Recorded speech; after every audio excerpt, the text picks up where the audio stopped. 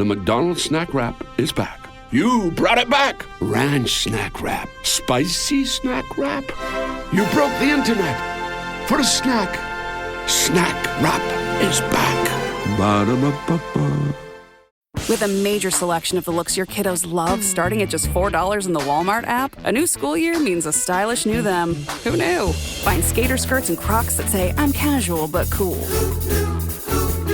Sparkly sneakers that say, it's my classroom, you're just learning in it. And preppy polos that say, I'm the teacher's pet, even if they're mommy's menace at home. Find their favorite styles starting at just $4 in the app. The Walmart you thought you knew is now new. Ryan Reynolds here from Mint Mobile. With the price of just about everything going up, we thought we'd bring our prices down. So to help us, we brought in a reverse auctioneer, which is apparently a thing. Mint Mobile Unlimited Premium Wireless. How to get 30, 30, bit to get 30, bit to get 20, 20, 20, bit to get 20, 20, bit to get 15, 15, 15, 15, just $15 a month? Sold! Give it a try at mintmobile.com/switch. Upfront payment of $45 for 3-month plan, equivalent to $15 per month required. New customer offer for first 3 months only. Speed slow after 35 gigabytes if network's busy. Taxes and fees extra. See mintmobile.com. I'm always looking for ways to show my cat how much I love her. And with Fancy Feast gems, I can pamper her whenever I want with a savory gravy on top of a gourmet mousse pâté. The pyramid shape makes serving simple, so all I have to do is peel and plate to make mealtime feel extra fancy. And with 2 entrees in every pack, it's easy to turn every day into the extraordinary. Fancy Feast gems.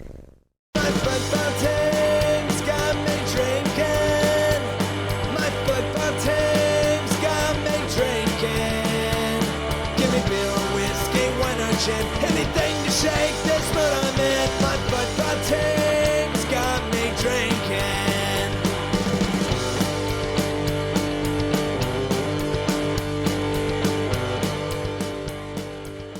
Back at it again with another episode of The Shades of Blue. We are the KC Soccer Journal. I'm Carrie Robinson. With us is Thad Bell, Robert Rustert, and David Greenwell. How are you guys doing? I'm good. I don't think Robert's doing so good. Well, you got my name right, though. That was good, Carrie. Points for you. Thank you. Do we normally get it wrong? Who's this David gentleman you speak of? Never heard of him. Yeah, poor Right. David can't use his computer, so he's coming in off a phone. So if his audio is a little bit weird, that matches him. But still better than Cody, who didn't show up. Cody's working. I don't know what he's doing, but he's doing something. 2 weeks in a row without a day off, he said. So, we'll give him some pity. Just a little bit. That's it. We're done. No, screw that. All right, so we are fresh off a Sporting KC loss at Vancouver. Anybody want to chime in with their first thoughts? Yeah, is anybody surprised? I mean, this is kind of what we thought would happen, right? What was the words that the announcer used last night on the Apple broadcast? Looks like Kansas City is petrified of the pace. Yeah, so it was not a good thing. Like you said, Thad, sure, this will work out well on the turf, late night, on the coast. Yeah. Yeah. I think they use the word cook a lot of times. Did they? Cooked him? Yes. Yeah. Yeah, did that have a lot to do with... Oh, go ahead, Thad. I was going to say, did being cooked have to do a lot with somebody running down the left wing at our right back? Yes. Could be. I expected to lose. I did not expect to get so thoroughly dominated. Why did you not expect that? Again, in fairness, first half has been not good for Sporting for quite a while. Same last night. Second half was better, like most Sporting games, not all of them. Because as mediocre as this team has been, or as bad as this team has been, under KZ they've been scrappy. So even when we lost, we've looked up for the fight. And last night we just looked so completely outclassed all game long. And I think that's what I was not expecting. How much does the starting lineup last night play into that? I don't want to harp on Brody too much. Nice guy. But they were abusing him for the first half. Joaquin had a few good moments, but he also had a few not so good moments. The the midfield Yeah. was not strong. Yeah, let's talk about that midfield. I mean, we've had this recently. It seems like, I mean, that midfield is not gonna do a whole lot for you on, well, either any side of the ball. There's no attacking verve there. I mean, so dramatic of a difference when Davis and Denbe came on. They want to get on the ball. They want to have the ball at their feet. They want to play. And Radia, Bartlett, and Basong just weren't there. Of course, when Davis and Ndebe come on, Basong steps his game up, but nobody was there to do that at all in the first half. And of course, that's Manu being gone too. But yeah, it's just we didn't have anything going forward at all. It was Shalawi and Joveljic by themselves, or Shoppy occasionally. But yeah, just that midfield was a blank space. Keeping the 4-3-3 consistent without a 10 was a head shake, a question. Like, feels like we're missing. Obviously, we're missing both Tommy and Manu Garcia. So why are we not changing the formats of the formation of the team to better fit the players that we have in there available? Sporting traditionally doesn't like to change, and I know KZ's a different coach, but he was asked that last night in the post-game presser, is why not come out that way? And he talked about how it was very man-oriented and what they were trying to do this, but he more talked about the change than he did about the reason for not doing a change to start with. And it was to solve the long diagonals that they were just getting away with all the time. Do that earlier. Well, our strategy, attack-wise, coming out was playing the ball over the top, which is kind of admitting we have nothing in the midfield that's going to do anything good for us. But as back to Carrie's point, I don't know, what do you do? But Radia and Bartlett as holding midfielders, play kind of like a box midfield, and put Basong and Memo maybe at the top of that box midfield. Maybe I don't know, but I don't know. Play a There- 7-2-1. There aren't a lot of options in the midfield because other than Manu, we lack a lot of quality and class. But, one of the issues we had was that Vancouver had time on the ball and they were making such incisive passes. And one of the only ways to combat that is to swarm the midfield and overwhelm them with numbers. And so Shoppy was functionally useless. Frankly, Daniel was in a lot of ways too. Play a single striker up top, or play two up top and put four in the midfield, but at least try and get some sort of numerical advantage. That way you can close down passing lanes, you can press harder through the midfield and chop up the game. But what we did was just concede a three-man midfield and get chewed up alive by a Berhalter, which was gross to watch. Yeah, so KZ's gonna have to get riskier with his formations, with the lineup that he rolls out if he wants to keep this job. Because yes, it's a great push from where we're at starting the season, 0-7, but he needs that last oomph to be risky and keep, if he really wants this job, which I'm sure he does, he needs to find some small little tweak so that we're not dominated in games like that. Yeah, I think the first 5 minutes, it was somewhat successful, what we were trying to do. The worrying part is okay, you saw after a while it wasn't working, so you need to adjust within the game itself, and that wasn't done. How that would have been done, the solution second half was dropping Bartlett back, going basically to a three-back system, allowing your wide backs to go further into midfield and tucking in your wingers so they could give that maybe advantage numerically in the midfield that happened second half. But why can't you do that in the first half with what you've got? You should be able to. And this has been a solution that he's implemented several times in the second half. And it's almost always been at least started some kind of offense that, gave him a little more comparability. That's not the right word I'm looking for, but it's made it a little more of an equal game. And again, we've talked about this before, but the team may be at its ceiling of how well they can play. And especially when you're missing Manu, Tommy, who at least would have brought energy into the midfield. He could have played the midfield or the wing. they're missing two of those guys that can do that, and they had nothing, at least for the first half. Yeah, Thad, in the rundown, you got the Davis conundrum, and Carrie gave an explanation in the post-game comments about, him getting back into shape. Some people were playing better than him, etc. But you're leaving Davis, you're leaving Ndenbe, you're leaving Munoz on the bench. Those are really three of your better players, and that's just an odd choice.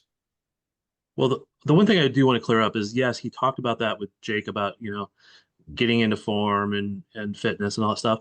But the real key reason was that he had to play two different roles because he was the only right backup tonight, or last night. Right. So if you start Brody, if you start Davis and anything's going wrong, you don't have him to move. It's just having him being able to be in two roles.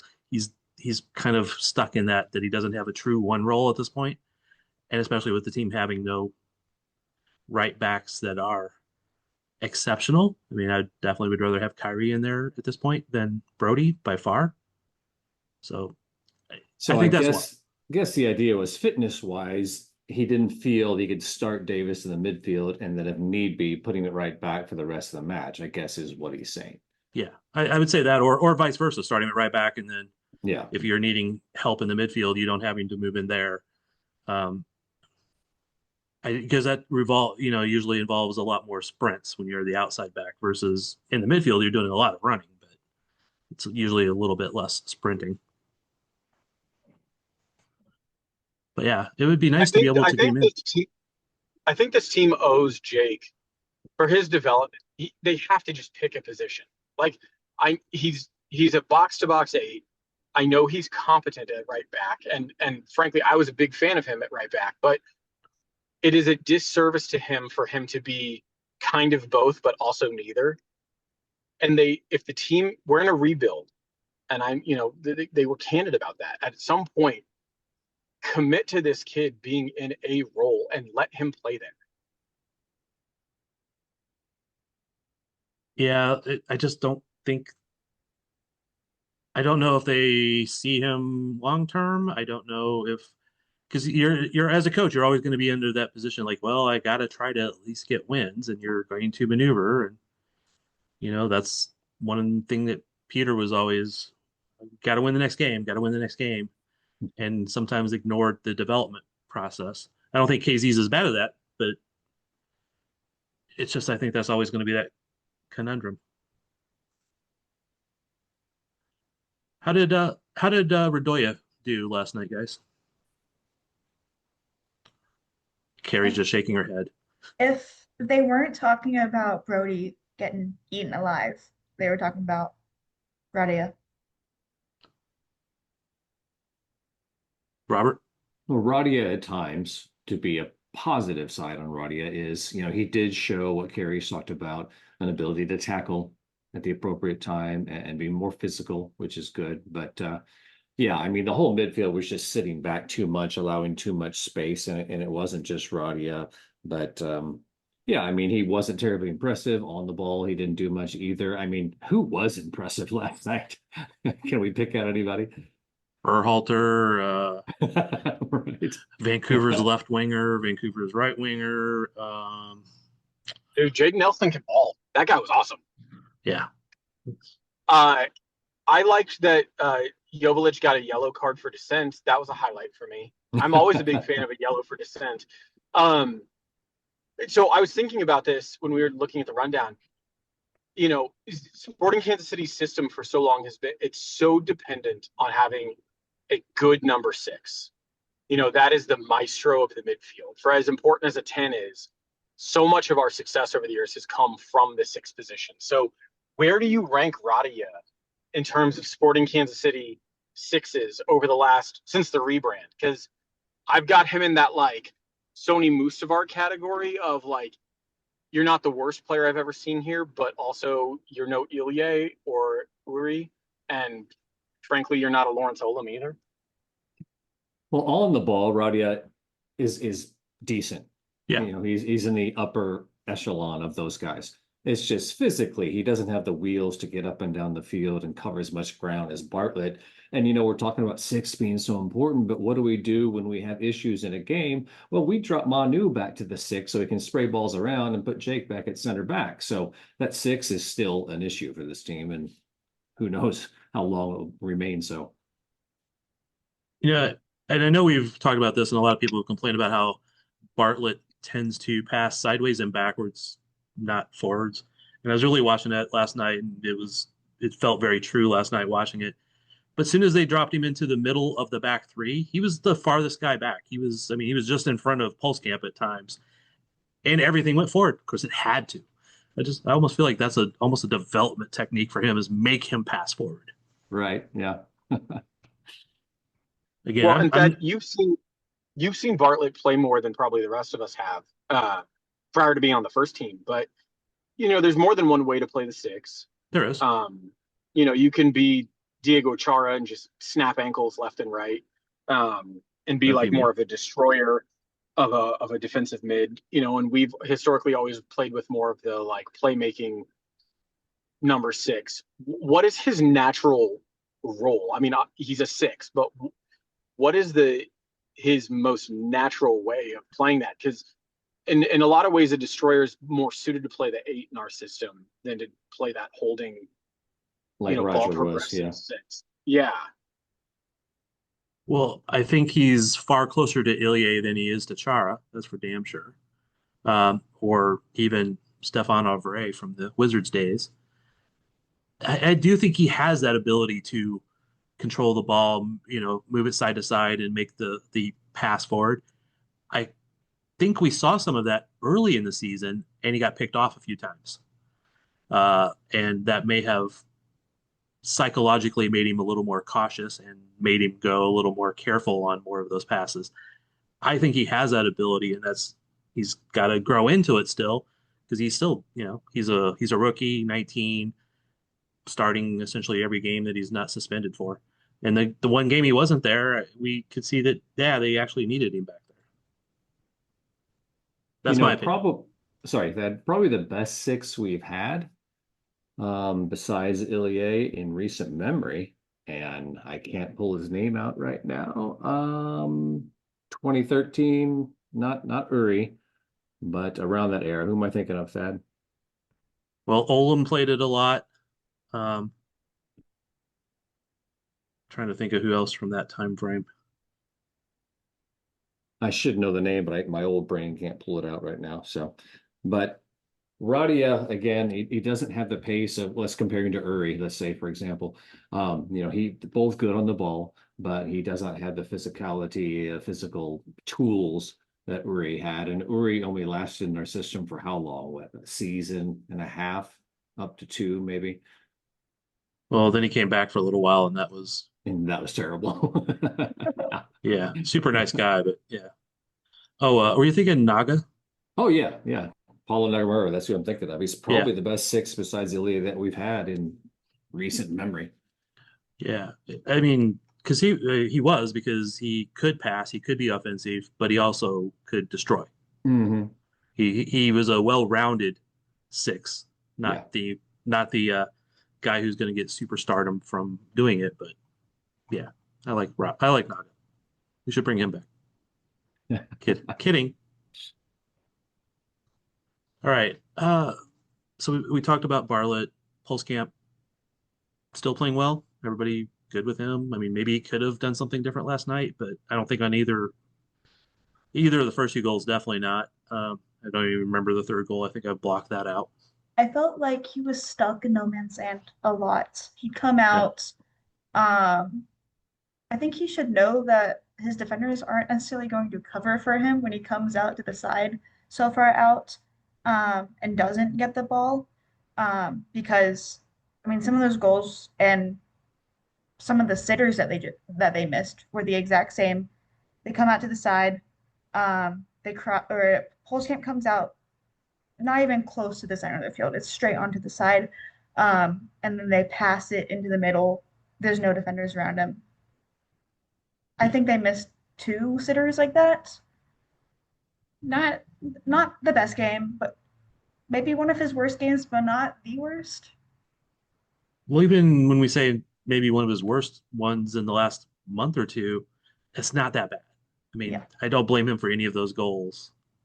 I mean, he didn't. I don't think he even redirected one into somebody. Joaquin headed the ball right down into a Vancouver player to score. He also kind of technically deflected that one, right? So Well, yeah, when there's 21 total shots coming at you, you're gonna have to give up some, but and especially when your defense lets it be that open. yeah. Because the first goal was uh, the Vancouver left winger was just wide open, and the ball deflected to the other Vancouver player who just played it out to him, and he's wide open. Brody reacts to go over that way. There wasn't anybody commanding the back line of who should be where as well as they should have, I thought. I don't blame Pulscam for any of that stuff last night. Yeah, I mean, I think Fernandez tried to step up and Miller kept the runner on that first goal.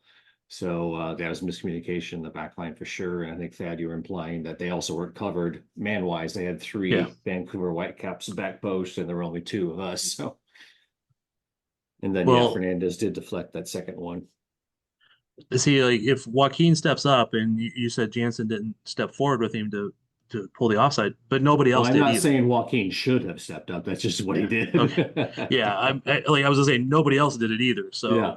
he was the one out on the island there, not the other guys in that case.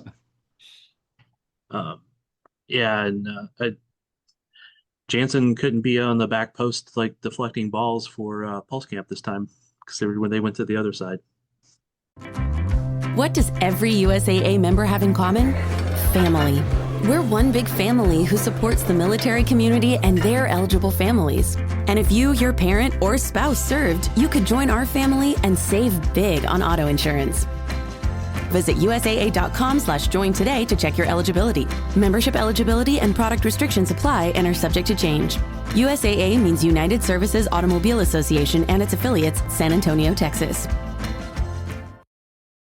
Finding a new job is stressful. But with Indeed, it doesn't have to be.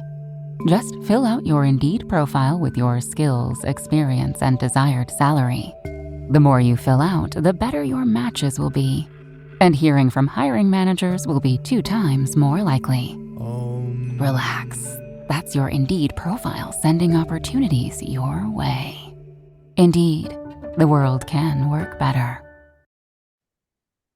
So, Carrie, you were talking earlier about, Carrie keeping his job. And are we at the point where now we're questioning that? Carrie, what do you think? I mean, yeah, you have to ride it out the rest of the season, obviously. It's not like they're going to do a coaching change in the next Right. few weeks. I could see maybe they give him one more season, but if this ownership is serious about turning it back around onto where they were just, 5 years ago and the dominance they had in this league, I don't think Carey's going to be the guy. And they'll have to go next season. Well, Carrie, just like the point was made for me a couple of times, and I hate to say that, but once he has all his tools back, once Tommy's back, once Manu's back, once everybody's back, then hopefully we'll get somebody in the window to help things. We'll get a better judge on it, but right now, yeah, I think it's definitely questionable. If I have to do, I'm trying to put a limit on the amount of games that I go to that Right. I'm waiting until the 80th minute for us to do something. I'm trying to put a limit on that. It's real low. Let me just say that. But I mean, at least through 70 minutes of pain, you have something to look forward to. In theory, right? I mean, at least that possibility. Like You- literally, like You mean the Blue Hell Lemonades? but like last night, at the end of the half, they score that Vancouver scores that goal late in the first half, and I'm like, damn it, if they could have only kept it to 1, I know they have a chance to come back. 2, yeah, it's a little bit because they've at least built up enough hope over the season that 2 goals is not an insurmountable lead, even when they were completely outclassed in the first half. There's hope, right? Sometimes that's all you can ask for from a team. I was going to say that's all you can hope for from a team, but sometimes that all you can ask for from a team is that they're enjoyable, right? Yeah, No? I mean, we did have a few chances last night, but the quality just wasn't there to finish them off. But Oh, that one save, the keeper made a save and then it went up off the crossbar, right? I mean, yeah. so close. So many little things. If they could have found Dayon a couple of times instead of him just cursing at refs or whatever he did. And I know one of the measures I've had this year is that they have more villains, and Shoppy being one of them. And he was getting in that one player's head last night. Well, Berhalter was one of them, right? They were mouthing at each other. That had to help. Tell you, Shoppy's got a look that can, penetrate your psyche. Yeah. He has seen death and he has come. Right. Yeah. It's in his eyes. Everyone can be smiling or making some straight face in the lineup picture, and there's him head lowered where you just see the eyes. I think we need to give him like a hood, and so that it's just kind of dark and all you see is the eyes peering out. What do you think? Be perfect. Come out like a boxer before the game with just the hood over. Man, if they could only do the intro music and all that stuff, I'm not sure what his would be, like a death march. I don't know. He's not even violent on the field. He saves that for in the tunnel and If they could put the Notre Dame Cathedral behind him as he walks out. With it on fire. Yeah. But he does have that look, and he does have the ability to just piss off opponents, which is good. So I wish he was sometimes a little better offense, but I know somebody wrote in the rundown here, but I don't know that David's back yet. We kind of maybe lost him. David, are you back? Are you there? I'm here. Maybe. Okay. Okay. Well, now that he's here, I just want to say, David, I'm glad that you are here for this game because there was a Shoppy right-footed cross. One. Yeah. Just one. Yeah, there was. I think what? Yeah, there was. Is that 3 this season? He is awful. He's a bad player, and I'm tired of Shappy. I would like to vote him off the island. He would not be in my top 5 voting off the island easily. Not even close. I want justice for Stephen Afrifa. I don't care how bad he is in practice. You cannot tell me that he would be as Shappy's out there just having a walkabout. He doesn't do anything. He's not a positive going forward. He's got one move that's already been figured out by the league. You can't tell me that Afrifa would be worse if we played him. Well, I would like to see Afrifa get some time with the 2 team at least to see what's going on there.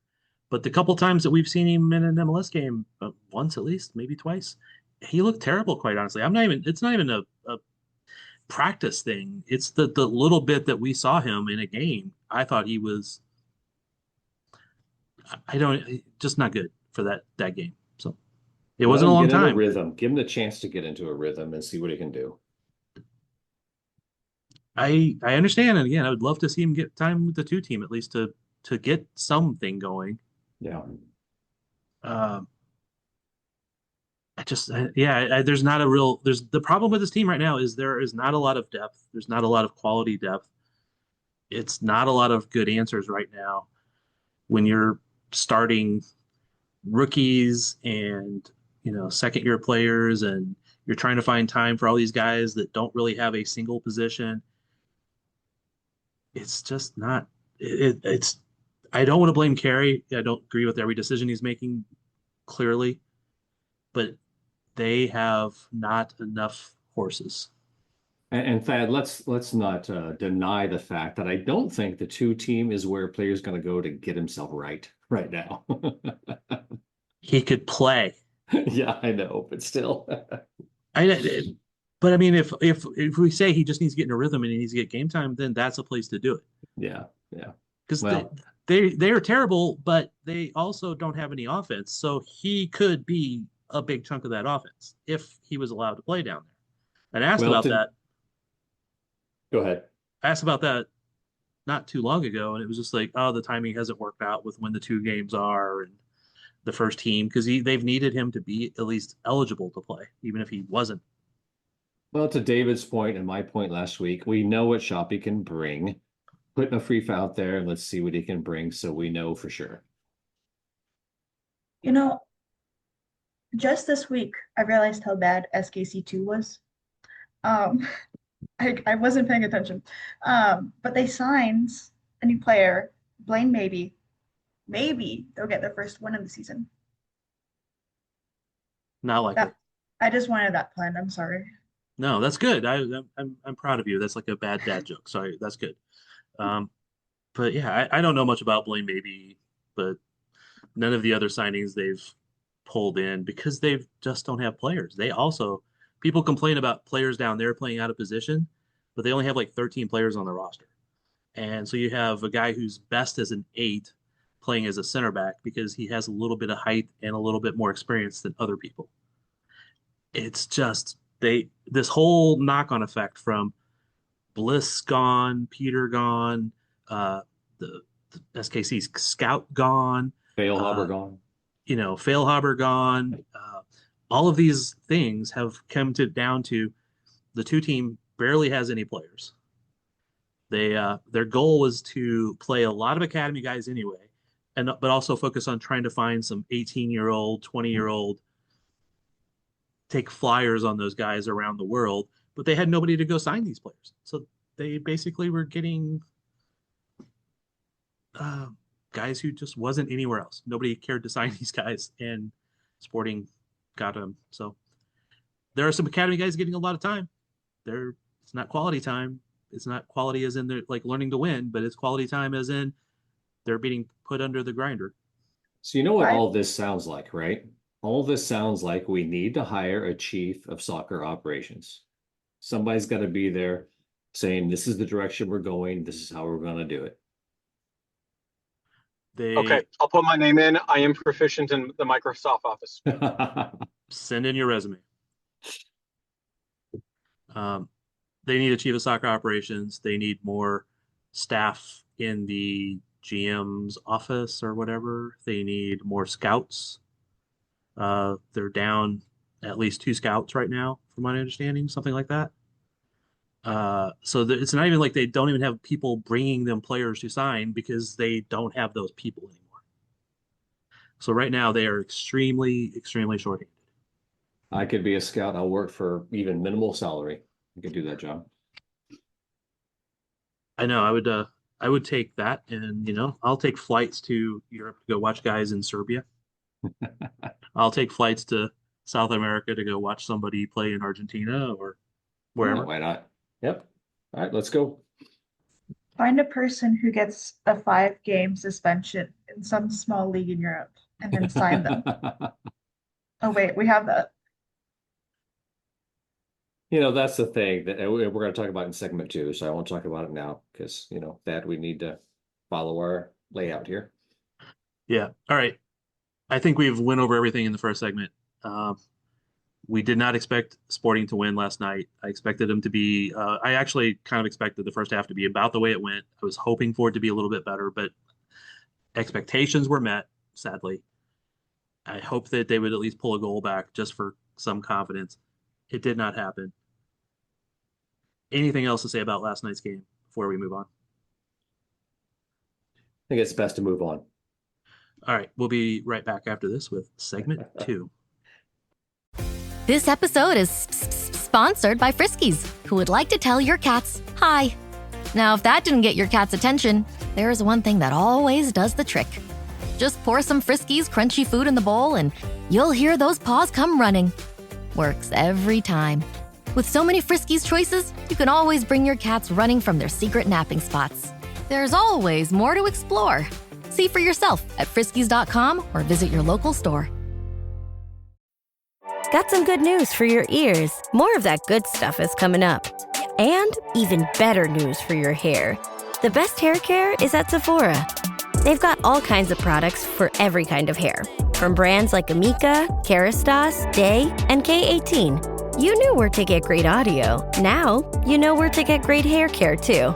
Sephora, good news for great hair. Shop hair care now at Sephora.com. Gatorade is the #1 proven electrolyte blend designed to hydrate better than water. So you can lose more sweat and raise your game. Gatorade, is it in you? Hey, this is Bill Simmons from the Bill Simmons Podcast, here to help you make the most of your summer with Michelob Ultra, a superior light beer worth playing for. Play for it with the guys when you're competing to see who can sink more birdies on the golf course, because winning tastes even better with Ultra on the line. Play for Ultra. Fill your fridge with Michelob Ultra this summer. Enjoy responsibly. Copyright 2025 Anheuser-Busch Michelob Ultra Light Beer, St. Louis, Missouri. We're back. Segment 2. This is almost a copy of some of the stuff I had last week. Like almost the same thing. They're 6 points out of a playoff spot. They are above the Galaxy and the chess capital of America across state. There's some teams in the East that they have more points than, but they're in the struggle. They're in that of playing good teams right now. So that, I mean, they played Vancouver, Seattle the week before. They're playing some good teams. They'll have some weaker teams a little bit later in the season, but not a lot of games left. Transfer window's open. What do they need? What's their one priority? What's their first one? Well, we did get 50 our international roster spot, pretty cheap compared to how much Miami paid for an international spot. That's for sure. But okay, I gotta interrupt you. Sorry. I don't think anybody wants to admit this, but essentially it was a loan of an international spot. So essentially they paid for half a season, and it was agreed that's true. Yeah. It was agreed that Sporting would take it back at some point. I think not in writing. It was a handshake deal, maybe. Nobody's going on record to say that sort of thing, but just the feel, the vibe, the impression I got was that this was never meant to be there the entire season. It came back. Now Sporting can sell it again, because I don't think they're going to use 3 international spots in this transfer window. So do those transfer over to next season? I mean, right, they do, right? Well, each season, I mean, you have the ones that, unless you've traded them for longer than a season. So, I mean, you can trade an international spot for multiple seasons. So, yes, it is. It just depends on how you trade them. Yeah. I mean, I don't know what kind of outlay owners are giving, Burns here to do what he wants to do. I mean, looking at last night's game, right back solves some issues. It gives Davis a permanent position in midfield. So, I mean, that's the one that I've been pointing at. That's one that some other people have been pointing at as well. I think you've got to go big if you're going to get a midfielder, and we're not going to go big in this window. I don't think that's off season because of how much salary we can unload, and you're going to have to go pretty big in center back and maybe a wing or two. So I think 6 fits this window. I'm sorry, right back fits this window the best. Carrie? I gotta agree. We need something on that back line.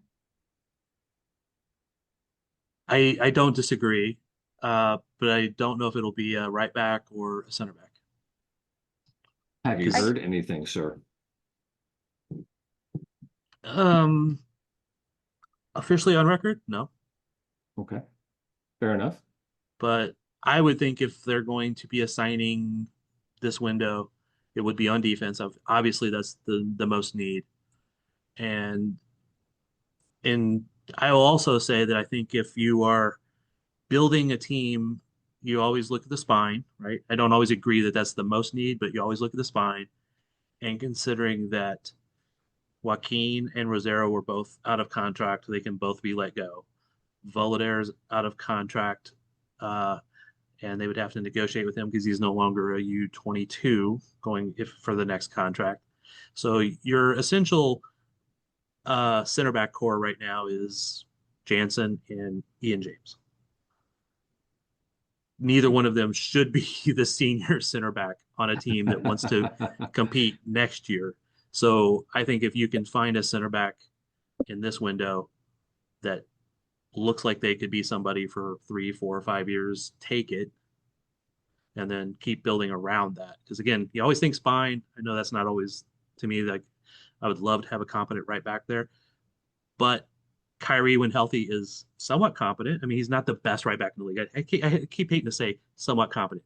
He's actually at times a decent right back. Jake can play there if you have other people healthy, and put Brody at the end of the bench. So that's maybe not defensively, Kyrie is a decent right back. Just going forward, he gives nothing. But I mean, can we go through Danny Rosero, Joaquin Fernandez, who was the guy we got over from? He was Australian, or not Australian. The other center back we got for a long New Zealand. New Zealand, thank you. Yeah, from 2020, the pandemic year.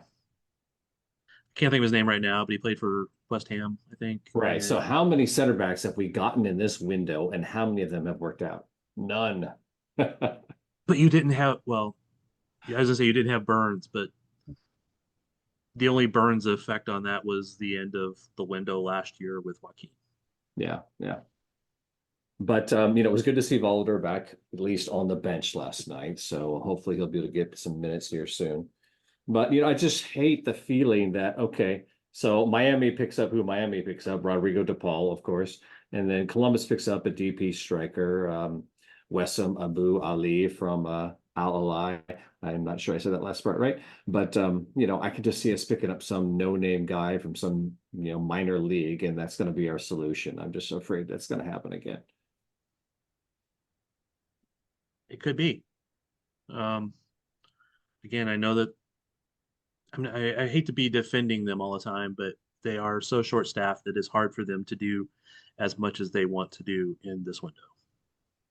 And who does that fall on? Whose fault is that? I mean, what's going on here? Is this happening? What we were worried about? Peter Vermees leaving and this team falls apart. This club? I don't know.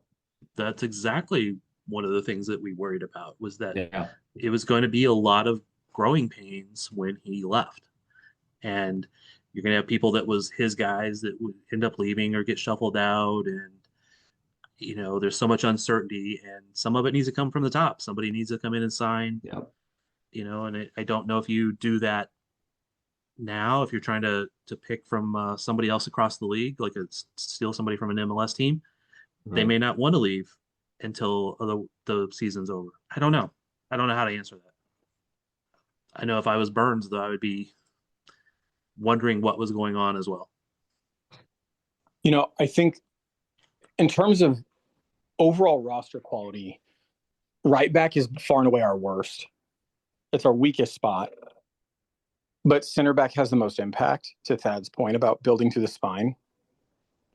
But there's so many gaps. There's so many holes. I mean, we need a right winger. The whole right side. Unless you're going to put Jake in to play the 8 and let him combine, because he was a perfectly, fine right back / right-sided number 8 when he was combining with Johnny. But I mean, other than the number 9 and other than 9 and 10, is anything actually set in stone? Pulskamp? Right. And Denbei? I mean, we could upgrade on both, though. You could upgrade on Pulskamp, but I just don't think there's a need for that. Right. And Logan will be coming off his U22 contract as well. So if you re-sign him, it's going to have to be with whatever normal roster cap type of thing you do. So they will have 0 U22s after this season, unless they bring in new ones, which is perfect spots to have outside backs and extra wingers as those U22 spots to grow and hopefully turn them around. And that's, I think they will probably continue the 2DP 4U22 model, trying to develop some people. But again, we'll have to see how that works out.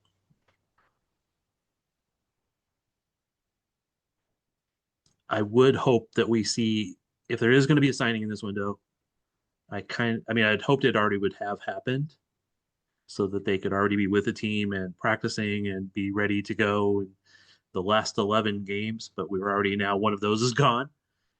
So, well, we do have a gap. We don't play this weekend, so we do have some time if they sign somebody in the next week or so. So, and if they can get their P1 visa, yeah, always takes a little time. Come on, Thad, you should know it's the sporting way not to get an early window signing. I know, but I'm hoping that changes because it has been the way before. And David looks different. He finally got a video. I was going to say the same thing. This is an audio medium, of course, but David just showed a picture of his child. Like, wait a minute, that's not David. I'm on my phone because my computer's having problems, and my daughter just decided to join me, which is why I will also be on mute because she does not understand concepts like don't talk while daddy's on his podcast. So, the cuteness factor goes up. She's much better looking than me and Robert and Thad. Amen. All right. So anyway, back to, yes, it would be great to get a player in. I know historically they haven't, but now it's more just the fact that they're struggling to find enough people to do the work, and that will hopefully get better. But yeah, they can get somebody signed though, hopefully. I think they will. I would want to state with confidence, but I won't do that. You're such a tease. How would I know? All right. Anything else from this segment? All right. We'll be right back. My name is Happy Gilmore. I haven't swung a club in years. You know what you got to do. Grip it and rip it. Or... Oh, now that is some Happy Gilmore. Everyone is talking about the comeback kid, Happy Gilmore. Happy knee. Yeah, baby. Happy Gilmore 2, only on Netflix July 25th. Rated PG-13, may be inappropriate for children under 13. It's summer. Time to enjoy long days, lazy nights, and zero cooking. Because Uber Eats has deals all summer long. So, when hunger strikes, don't sweat it. Delicious deals are just a tap away on Uber Eats. Enjoy all your favorite food delivered straight to you. Get Burger King, Subway, Popeyes, and hundreds more local favorites and savor every last bite. Now that sounds like a good summer. Order now on Uber Eats. Terms apply. Product availability varies by region. See app for details. This episode is brought to you by Hyundai. Get into the Hyundai Getaway Sales Event and get away with a deal so right, it almost feels wrong. Because right now, you can save big on their most popular models, including SUVs like the Hyundai Santa Fe and Santa Fe Hybrid, and the all-electric Ioniq 5 and Ioniq 6. The Hyundai Getaway Sales Event. Visit HyundaiUSA.com. Offers end September 2nd, 2025. Are you a forward thinker? Then you need an HR and finance platform that thinks like you do. Workday is the AI platform that helps propel your organization, your workforce, and your industry into the future. Workday, moving business forever forward. Segment 3. It is the everything not sporting segment, essentially. All-Star Game. Sometimes the more fun segment. I know. Yeah. All-Star Game. Did you watch it? I did, yeah. It was a fun game to watch. All-Star Skills Challenge, that was enjoyable as well. I think it's all pointless and useless, more or less. But, there you go. And then why do you schedule games 2 days later for your teams? That's so ignorant. It's MLS. Well, they say we think this is important for our image. I'm not so sure the All-Star Game is important for the image. Goalie Wars is the only thing that matters about MLS All-Stars. What is? Goalie Wars. Yes. Goalie Wars. Yeah, those are MLS Next Pro players. Because they don't want to injure the first team guys. Exactly, yeah. That is American soccer culture right there. Yeah. I think I enjoyed this All-Star Game more than I have some, just because I didn't care. There was no sporting player that I had to worry about getting hurt. It was a win over a Mexican All-Star team.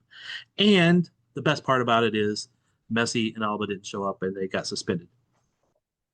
Well, I mean, which is a whole stupid situation too. It's a rule. Do you think you're going to circumvent the rule just because of who you are? I mean, come on. You knew you were going to get suspended. Come on. Their owner did not think they were going to get suspended. They're special. Yeah, well, that's Messi ignorance special. itself. The rules don't apply to Messi in Miami? What? I know that's crazy talk right there. And literally all they had to do is show up and like, oh, I got some hamstring tightness. I cannot play with some kind of Argentinian accent. Oh, geez. I mean, they could have showed up and just played for, the 20 minutes that some players did. I mean, what's the big deal? But anyway. I think they could have declined and had someone else go in their spot, and it would have been fine. But Perhaps, they just didn't show up. I guess they said that day of, we're not showing up, but that's a little bit late. So they declared too late, according to the league. Yeah, whatever that means. All right. Sporting has a break till the 9th of August before their next game because the League's Cup is back. Sporting is not in it. And a bunch of teams will be playing MLS and Liga MX. And are you going to watch any of them? Probably not. I will say that it is so stupid that no, do I really want to watch this team any more than I do right now? Maybe not.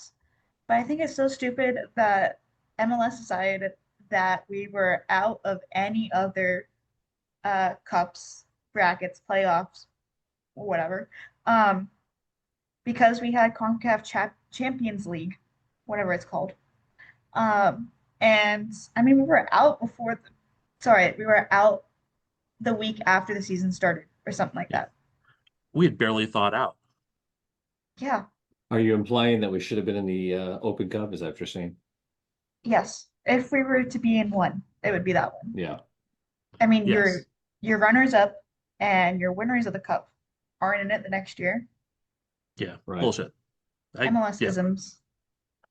It is crazy and stupid, and I think that Sporting could have beat Benny Failhaber and the old has-been All-Stars. Actually, SKC2 was very close to it. It was just as Carrie was one of the few people there for that. Yes. I was there for the chance. I think you were making fun of the referee's baldness. I don't know if that's No, we were making fun of the retirement baldness, not the referee. I just remember something about that, but maybe I had it wrong. All right, I'll probably watch some of the Leagues Cup, especially certain teams, Liga MX teams that I just want to see some players and stuff like that. See if Alan Polito plays. Oh, Lord. I mean, I will definitely watch it. It's soccer. I love the game, so I'm going to be watching. I like the format this time.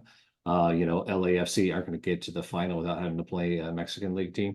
So, format's definitely better and more exciting. So, yeah, it'll be cool.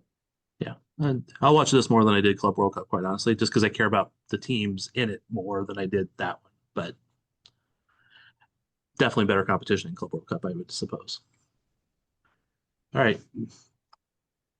KC Current had a not friendly with HB. Carrie, you want to try to say it? No. The announcer made it sound like it was just cone. No. I think it's more of a coo. He said it a few different ways. I just did too. So Yeah. the Danish team that the Longs conglomerate parent company they own bought. So they're part of the same family as the KC Current. They have some decent players. They were over for their preseason. Current loaned Jericho to them, and HB Kurg signed for KC Current 2 players. One of them has injured herself, so is probably no longer doing it. But otherwise, there was several Americans, and about 10 minutes into that game, I was like, hey, this is way more even than I thought it was going to be, because it was like 1-1, like 10 minutes in or something. That didn't happen much longer.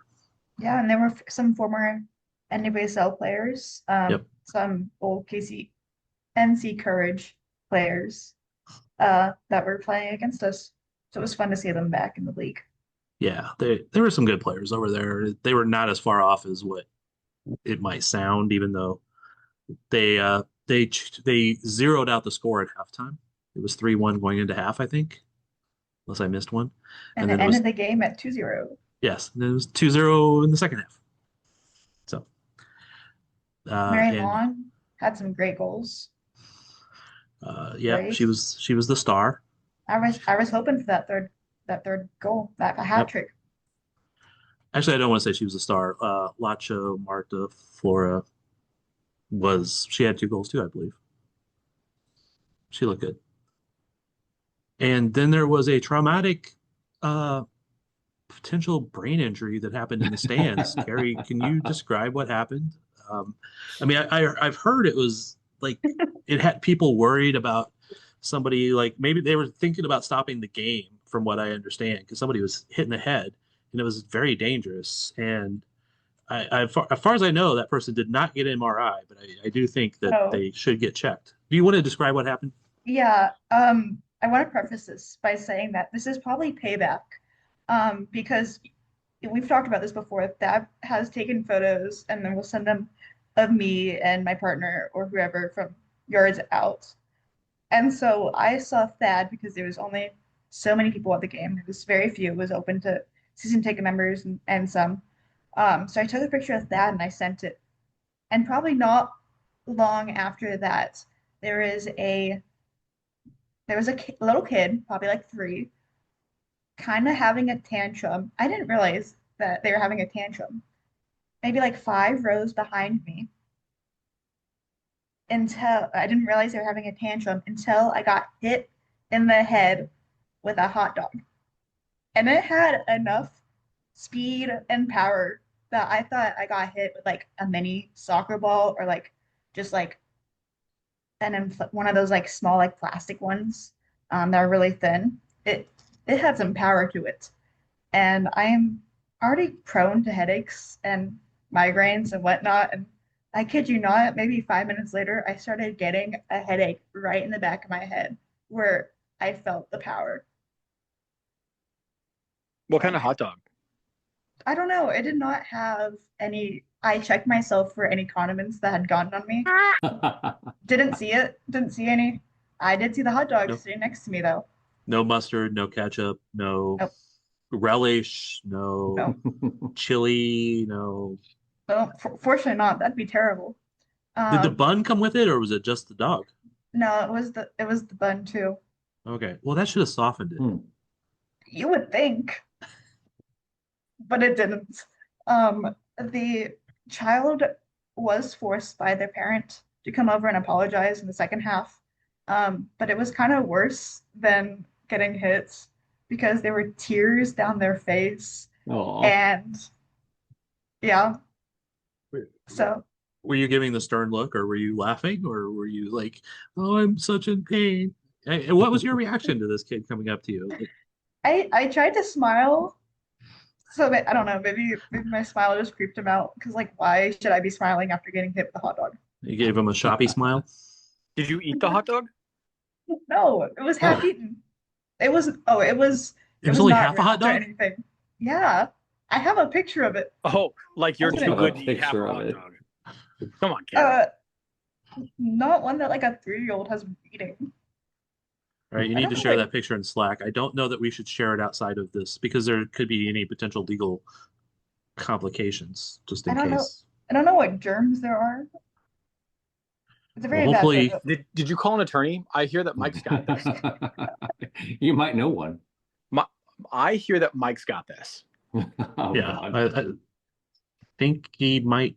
I think this might be right up his alley. I'm not really sure. All right, Oh, so yeah. this isn't on the rundown, guys, but are we the only people in the whole city who haven't seen the Ted Lasso plan around town? I know I haven't. So they were at the current game the other night, correct? No, They were not, but they were at one recently. No. they Okay, I thought faked I one. saw. Okay. They had people there in the same spot as the Long's box area, filming like it was a game. Oh, okay. Gotcha. So Okay. I'm sure they are going to intersperse it with some game footage or something. Right. And one of the scenes that they shot, well, anyway, not it's a scene, but Sudeikis showed up at the plaza with the current shirt on, so that was kind of cool. But no, they did Worlds of Fun, UMKC, out here in Blue Springs, and at the current game, and I don't know where else. The Negro Leagues Museum today, I believe. Oh, okay, were they? Wow. This is a post that popped up on my feed. I'm not searching this out because I like the show. I'm not quite starstruck enough to go try to hunt them down and see them walk from 50 feet away. But it's still cool. And the premise is, I guess, that Sudeikis is going to end up coaching a women's team. So Yes. There you go. I kind of hope he would end up coaching an NWSL team just to have a little more entertainment, but they have to go coach a fake one. He'll have to, Right. and he'll take a Division II team up to the first division, and there that's will be what'll happen. the Yeah. will he, won't he, will he stay, Uh-huh. will he go? A little predictable, a little bit. It's a sports movie, man, or a sports show. It's going to always be, you get to a certain level, then you got to have a chance to have another one just in case. Do you think that he becomes the coach of a national team and then doesn't do so well, and then does amazing at the club level, and it just becomes a Vlatko's story? I would like to see if Vlatko has a cameo in it. So there you hopefully go. he does.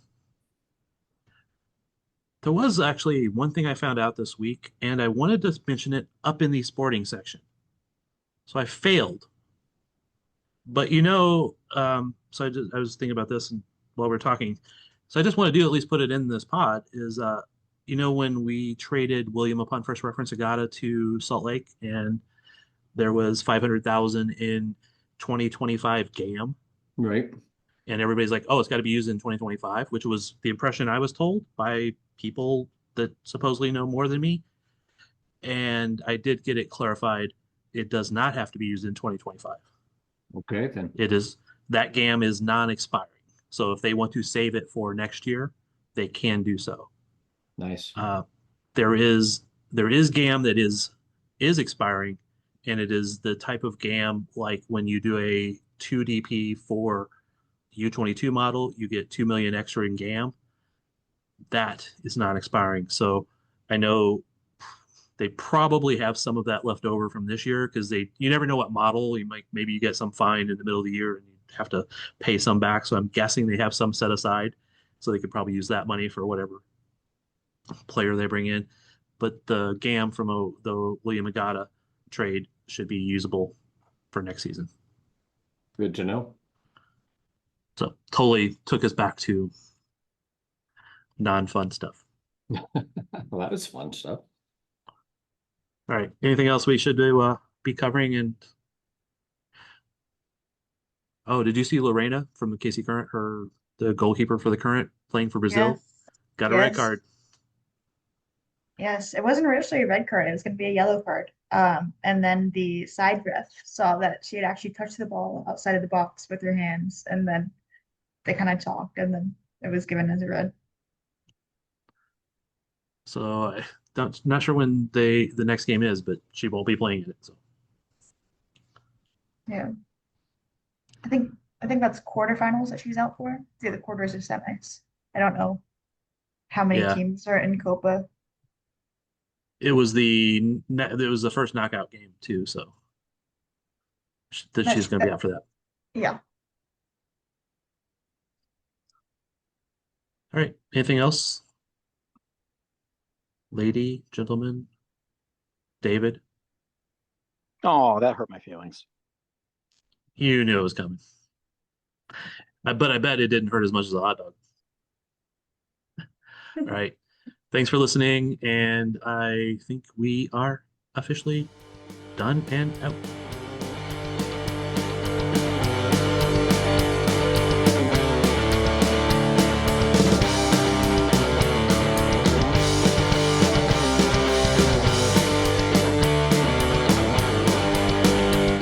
It's Saturday and the game is on.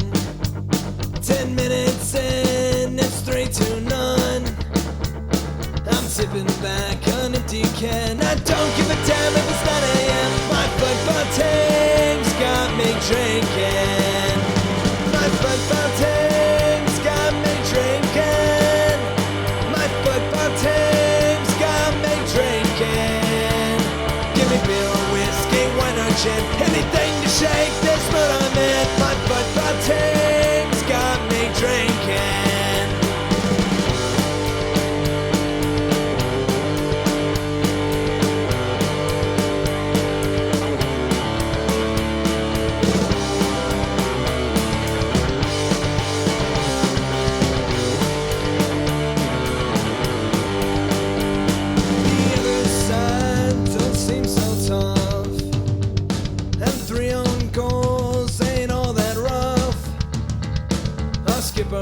Just been sent off. Some punter strong have all gone soft. My football team's got me drinking. My football team's got me drinking. My football team's got me drinking.